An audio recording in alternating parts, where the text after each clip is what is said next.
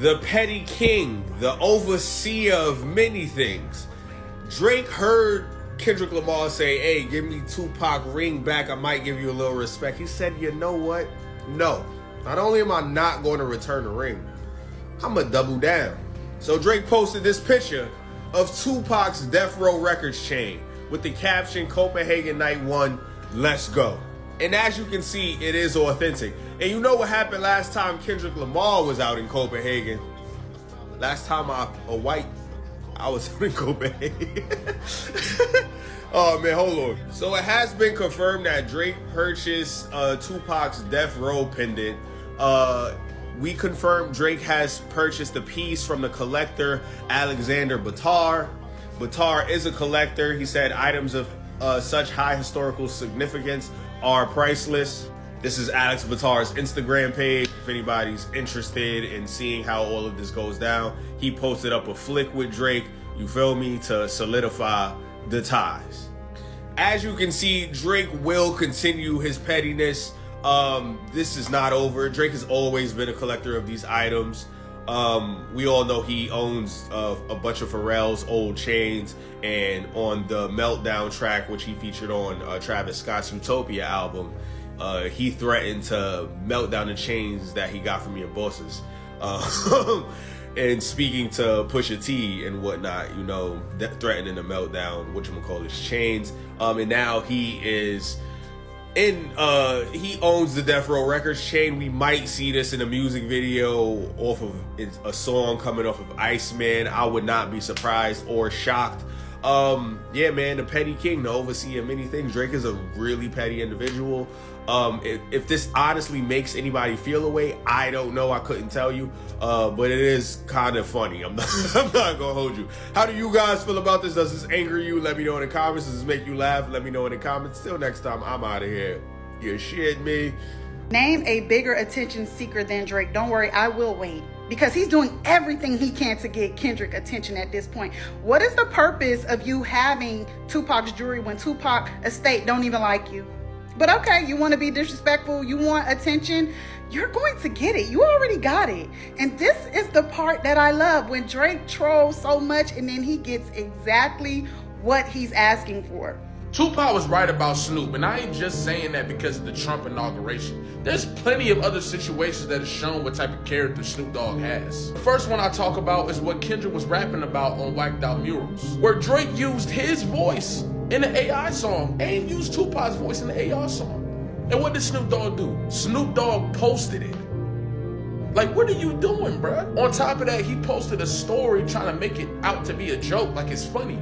Bro, what are we doing here? Drake literally sat there and tried to push the use of AI music, one. Then he tried to use two Let's Coast legends to diss Kendrick Lamar, and you telling me you gonna sit there and act like it's funny, dog? Don't get me started on the Biggie situation, bruh. Oh my God. Have y'all ever heard the story of when Snoop goes to New York and shoots those videos? And what Biggie got on the radio and said? Well, if you haven't, I actually just dropped a whole video on YouTube called Tupac Was Right About Snoop. And I go over the history of the weird actions that Snoop has committed over his run as a hip hop artist. Hit the link in my bio and check it out.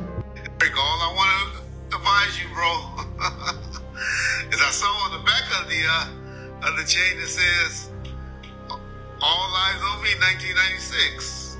Presented to Tupac, All Eyes on Me 96 or something like that. Well, just so that you know, Suge gave those chains out to people, especially the first round of chains in 1995. Y'all listen to that clown Daz. He said he met him at the airport and gave it to him, which that wasn't true.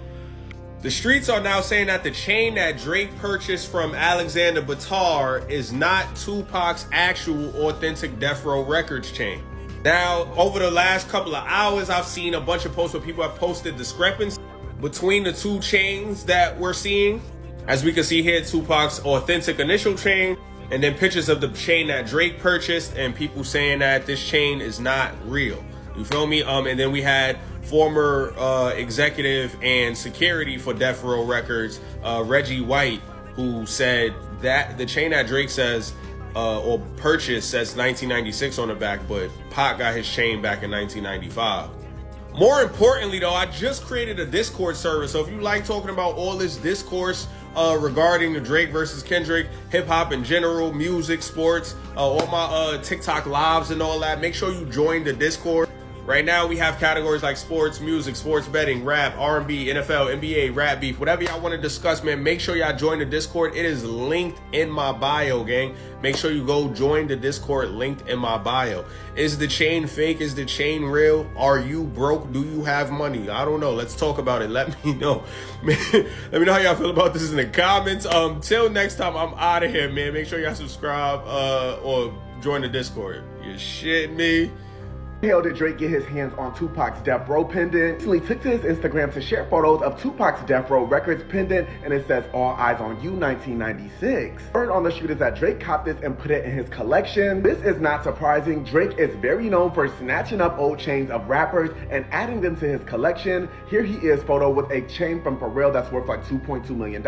Just curious as to who he knew that was selling this Death Row pendant. How did it get up in his hand? Couple of people saying he bought the pendant to get back at Kanye. I don't know if that's 100% true. I've seen a couple of other people saying he was doing it to get back at Kendrick. I don't really know. I'm curious to know what y'all think regarding this, neighbors. Let me know you guys' thoughts on Drake copping this Tupac Death Row pendant from 1996. Like I said, in terms of collecting, it's definitely a good piece to add to his already expansive jewelry collection. Then tells me he made this specific purchase to be a little bit petty, and I want to know who y'all think he getting at. Drop them comments below, neighbors. Peace. Snoop Dogg buys Death Row Records from a law professor. Snoop Dogg has acquired his old label, Death Row Records. He got it from the Blackstone-controlled group MNRX Music Group. I want to get that right. So what he bought was the brand, the logo, the trademark, the ability to use Death Row Records moving forward. What he did not get yet was the underlying recordings that Death Row owned, which is basically all the masters to the music that he himself also recorded. I mean, think about all of the music that Death Row had. He doesn't get that yet. That is the master recording copyright, which you always hear about, the masters. But it seems that he's in talks to buy it, so stay tuned. I feel like I should have left this song for Me After Dark. If you know, you know, and if you don't, well, that's all I want to say. But geez, obviously they are not going to tell the story behind Machiavelli, but it's okay. This song is insane. Wow. Okay, I'm not mad at it. Those two guys that are featured, they sound so good. I love their voice. I feel like Tupac always chooses really, really good featured artists, and I love that. A acusação de estupro coletivo do Tupac. A Iana Jackson e o Tupac tiveram um breve relacionamento e ela acabou acusando ele e mais 3 amigos dele de estupro coletivo. Na versão dela, ela estava com o Tupac no quarto quando 3 amigos dele chegaram e enfim. Já o rapper traz uma versão um pouco diferente do que é contado pela Iana. Segundo ele, eles estavam realmente no quarto quando os 3 amigos dele chegaram e ela fez a sugestão. Ele disse que negou, acabou saindo e ela ficou no quarto com esses 3. Fato é que o Tupac foi condenado por esse crime e ia cumprir uma pena de 4 anos. Entretanto, ele ficou recluso por menos de 1 ano porque o empresário Suge Knight apareceu. O empresário se propôs a pagar a fiança do Tupac e, em troca, o artista tinha que assinar com a gravadora dele. Foi assim que o Tupac entrou para Death Row Records. E é nessa gravadora que o Tupac encontra o Dr. Dre, Snoop Dogg. Entretanto, muitos fãs do Tupac não gostavam dessa união aqui. Além do Suge ser um bandido declarado, na gravadora dele, o Tupac abriu mão daquele rap de conscientização que ele tinha antes. Só que não necessariamente tudo isso tem relação com o Suge, porque o próprio Tupac falava que o tempo na cadeia e as traições que ele sofreu mudaram muito ele. So a lot of people have been asking me, hey dude, where'd you get that Death Row chain? Is that real, or did you buy it, or what's the deal? So anyway, I got this chain when I did my production deal at Death Row. I think it was like the year 2000, 2001, right before Suge got out of prison. He and I had met. We talked about doing my deal there. I finished the Till the End of Time record. Did the Dogg Pound 2002. Was working on 2 Crooked Eye albums. Corrupt, Left Eye. A bunch of artists that were there. Keisha Cole was there. Anyway, so when I did the deal, Suge had Reggie give me this Death Row chain. And on the back it says, presented by Suge Knight. It was a real authentic one. Not too many people have these anymore. There was actually a bounty on them for a while there for $10,000. I had a couple problems with that too.